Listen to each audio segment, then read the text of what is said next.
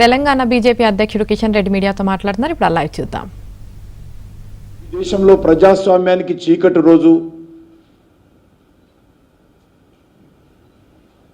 ఎందుకంటే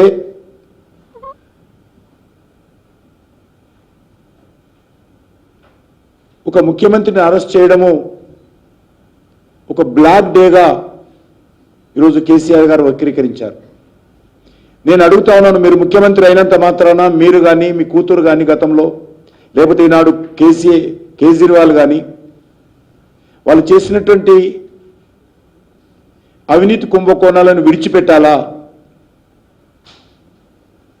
వాళ్ళు చేసినటువంటి ప్రజాధన దోపిడీ అవుతున్నదో దాని మీద దర్యాప్తు చేయకూడదని కేసీఆర్ గారు చెప్తారా అడుగుతా ఉన్నాను. ఎందుకు బ్లాక్ డే అడుగుతా ఉన్నాను.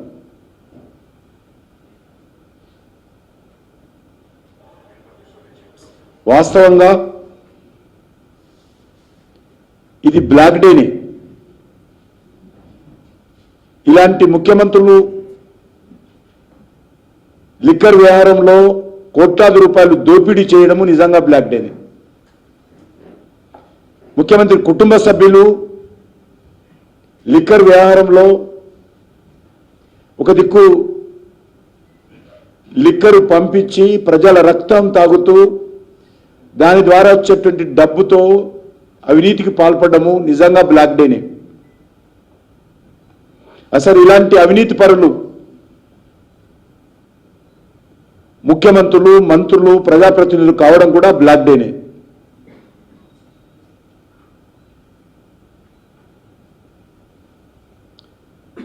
కుటుంబాలను అడ్డం పెట్టుకొని వారసత్వ రాజకీయాలకు పాల్పడుతూ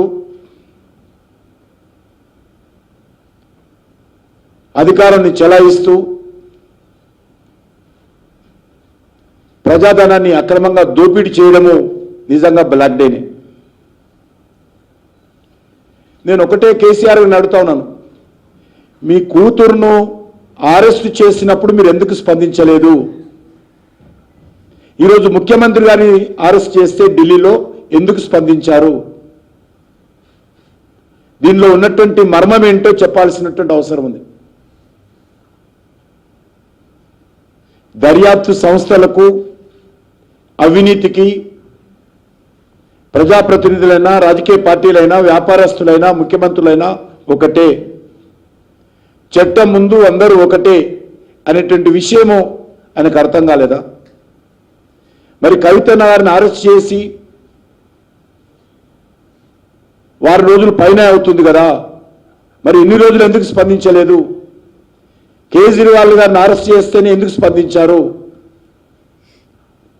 ముఖ్యమంత్రి గారు తెలంగాణ ప్రజలకు చెప్పాలా?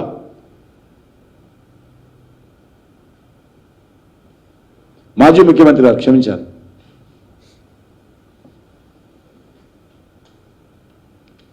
మీ నాయకత్వంలో 10 సంవత్సరాల పాలనలో బంగారు తెలంగాణ పేరుతో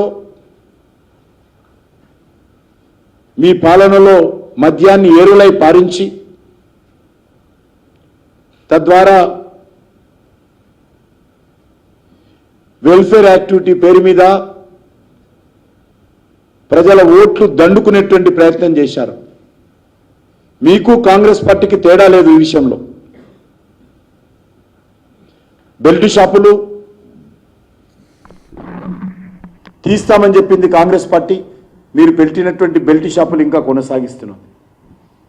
మీరు ప్రతి వైన్ షాపును ఓపెన్ బార్గా మార్చారు అధికారపూర్వకంగా. Officially government of Telangana converted all wine shops officially as a open bars. Beside shops, anybody can drink openly. Officially order ఉంది. ఇది సిగ్గుపడాలి ఈ ప్రభుత్వాలు.